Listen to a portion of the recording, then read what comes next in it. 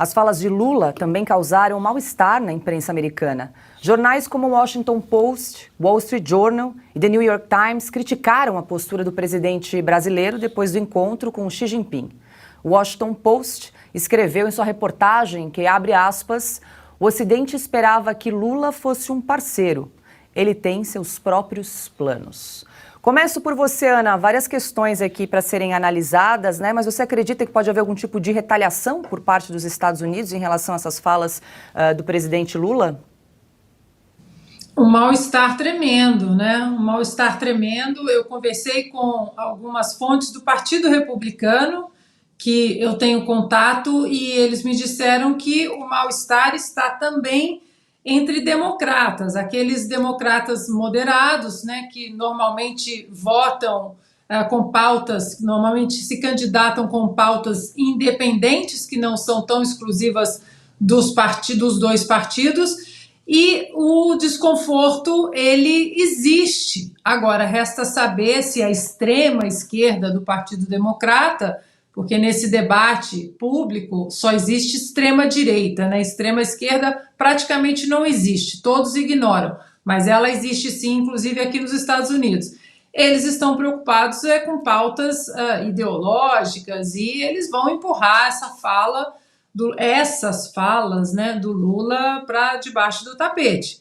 Lembrando que o senador Ted Cruz, ele escreveu um documento lido no plenário do Senado e foi aplaudido, inclusive, quando os navios de guerra iranianos, eles atracaram no porto do Rio de Janeiro, porque aqueles navios estão sob sanções americanas. E o senador Ted Cruz exatamente disse isso. Será que, diante de tantos esforços, né, tantas medidas e políticas para combater o terrorismo mundial, o Brasil agora vai entrar na lista daqueles que protegem terroristas, né, e atracam navios que já são sancionados pelo governo americano? Na sexta-feira eu mencionei, né, essa manchete do Washington Post, e olha, para o Washington Post, que é um jornal totalmente alinhado com o Partido Democrata, está reclamando do Lula, é porque o assunto está sério. O Lula não entende absolutamente nada de geopolítica, e para o Joe Biden, né, que comemorou a eleição do Lula, hoje vai ser em inglês, tá? Boa, Ana. E aí, Silvio, numa das falas aí das declarações de Lula, ele fala aí, né, aspas, né, que os Estados Unidos devem parar de incentivar a guerra. Claro que isso repercutiu muito mal internacionalmente. Todas essas falas, essa viagem foi um desastre diplomático, né, Paula? Coloca o Brasil, do ponto de vista da geopolítica mundial, no lugar errado, num lugar até perigoso, se a gente pensar em possíveis, eventuais, futuras sanções comerciais no mundo. Agora, veja, até na Segunda Guerra Mundial, né, quando o Brasil era governado por um ditador populista, um autoritário populista, o Brasil ficou do lado certo da história, né? E o Lula, justamente por questões ideológicas, empoeiradas, com cheiro de velho, ele coloca o Brasil no lugar errado. Mas tem método aí, né? O Brasil, no governo dele, não quis assinar um repúdio, por exemplo, à Nicarágua, que está perseguindo cristãos, expulsando padres. Lá, sim, você tem um ditador e um esquerdista ainda mais carnívoro, né? Não quis. Agora vem com essa. E, aliás, hoje temos aqui, né, um enviado, um chanceler russo em solo brasileiro, uma semana depois dele ter desembarcado da China. O Brasil, de fato, é um anão diplomático nesse momento. Augusto? As pessoas que leem algum livro, pensam alguma coisa, tem mais de 5 neurônios, não tem vergonha de ouvir a pessoa em que votaram. Eles não têm dizer uma coisa dessas.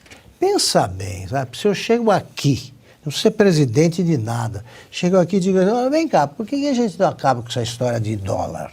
Por que a gente não negocia com a moeda de cada país e tal? Aí vocês certamente vão perguntar assim, é porque o dólar é a referência mundial.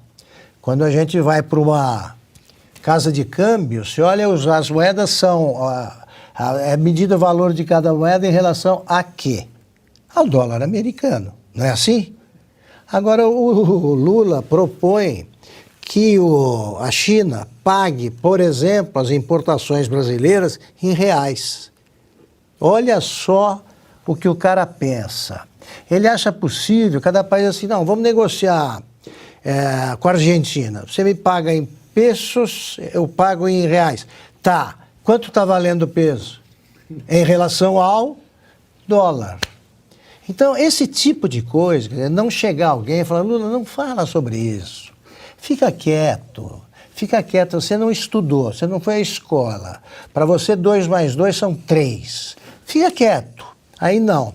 Deixam ele continuar falando, ele diz o seguinte, que a Rússia pegou um terreno da Ucrânia. Terreno, quer dizer, ele pega então, o que ele diria se fosse presidente do Brasil quando o Hitler tomou, por exemplo, a Polônia?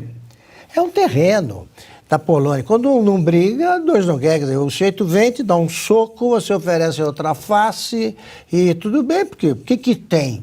Perder um pouquinho. Ele fala que toda noite ele pensa no dólar. É por isso que não sobra até para estudar alguma coisa, meu Deus do céu. Não é possível ele dizer que a Ucrânia não pode levar tudo. A Ucrânia quer 2 coisas. A paz, né, além da paz, a preservação da guerra, do próprio território e a devolução da Crimeia. Se vier isso aí, ele nem exigiu. O Zelensky reagiu. A Ucrânia reagiu a uma invasão. Então, o Lula não deveria ver pelo menos os memes sobre ele que circulam por aí. Dá o Rio Grande do Sul para a Argentina, vê se a Argentina não passa para o Brasil Bariloche, por exemplo, o Brasil tem neve. Um negócio desse, quer dizer, diziam que o Bolsonaro deixava o Brasil isolado, o Lula deixou o Brasil morrendo de vergonha. Quem não morre de vergonha, essa turma que aplaude, é porque realmente sofre de um tipo de sabugice que eu desconheço. Eu nunca vi coisa parecida. Mas o salário da Dilma vai ser pago em dólar, né? Pronto, exatamente.